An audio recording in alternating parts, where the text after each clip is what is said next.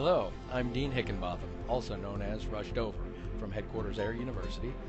And I'm Brad Aldridge, also known as Aardvark Draconia. Welcome to our 3D immersive environment, Huffman Prairie Estate. Over the next few minutes, we would like to take you on a journey through 12 immersive learning environment designs.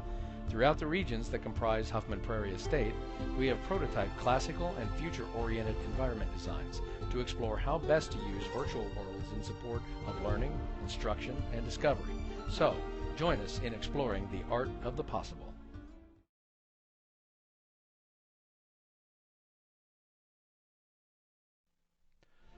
Hey, I'm glad you found your way here. To begin, let's talk about 3 classical designs you may be familiar with. They are the study group, the seminar, and the lecture hall. All 3 spaces are designed to be comfortable to the user, placing emphasis on the relationship aspects associated with learning. They convey an inviting atmosphere, enhancing interaction and collaboration between facilitators and students, while still suggesting discipline through the arrangement of the pictures and furniture. Although they have several similarities, each is unique in its own way. The study group is a very informal setting used for quiet reading, studying alone, or studying with classmates. The seminar room is a more flexible environment that can be used like the study group, but with a bit more formality.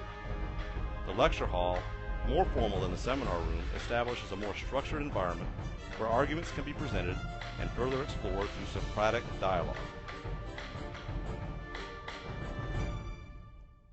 2 more classical designs are the auditorium and amphitheater prototypes. I'm sure most of you have attended class or some type of event in one of these venues. Both the auditorium and amphitheater designs make use of a stage or podium, suggesting authority in the learning environment. While a seminar does provide a more intimate setting for social learning, the auditorium and amphitheater prototypes allow for presenting information to large audiences.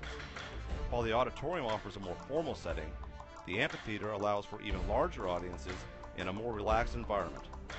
The final classical design is the laboratory. Like traditional libraries, the internet, and social networking sites, the laboratory prototype represents a learning studio where it is possible to access information electronically from several resources via educational databases, white papers, publications, video broadcasts, and the internet. The workspace is clustered and furniture is spaced to represent an open floor plan to support a high-load learning environment with emphasis on efficiency. I'm sure that was a lot to take in. Remember, the classical designs represent forums we have all likely visited at one time or another. They range from collaborative to instructor-led environments. They tend to serve the same purpose, but can be used in different ways. From the classical designs, we will move into the future-oriented designs, where educators can explore ways to harness the benefits of immersive virtual reality that cannot be readily done or duplicated in the real world.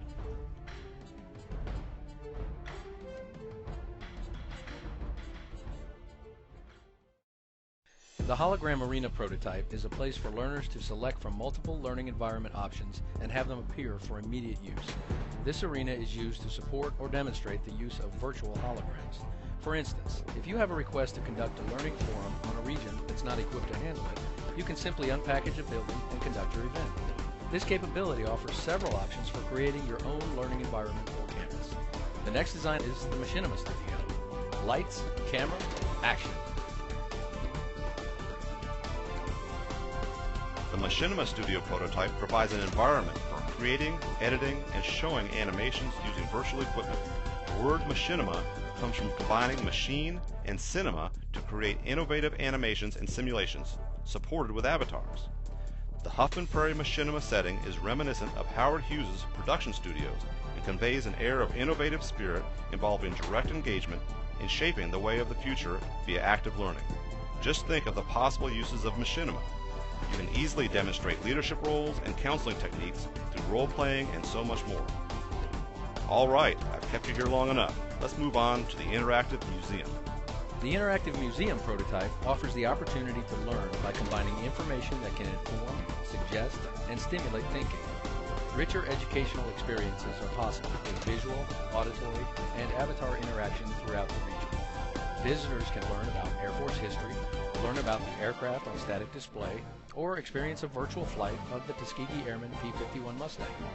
Have you ever wanted to go to the moon, or perhaps to Mars? Now you can. The Excursion Trip prototype provides learners with the opportunity to travel virtually to Mars by first taking a multi-stage rocket to the Ayn Rand space station for transition to the Red Lion Deep Space Travel Vehicle. Upon entering the orbit around Mars, learners are taken to a surface station via a landing craft. Throughout the trip, learners are interactively engaged with challenges associated with space travel and research. Excursion trips offer learners a planned linear or nonlinear set of activities to accomplish an instructional goal. Next, it's game time. Let's go to the multiplayer game environment. The multiplayer game prototype is a simulation game environment supported by a scenario-based learning framework for engaging learners with real-life challenges. The game centers on interdependent leadership, encouraging the participants to make decisions based on multiple feedback loops and game events at different checkpoints. Finally, let's end with the role immersion environment. The role immersion prototype is represented through a virtual Air Force base of MyBase. MyBase is an exploratory and interactive environment that supports both continuous and precision learning.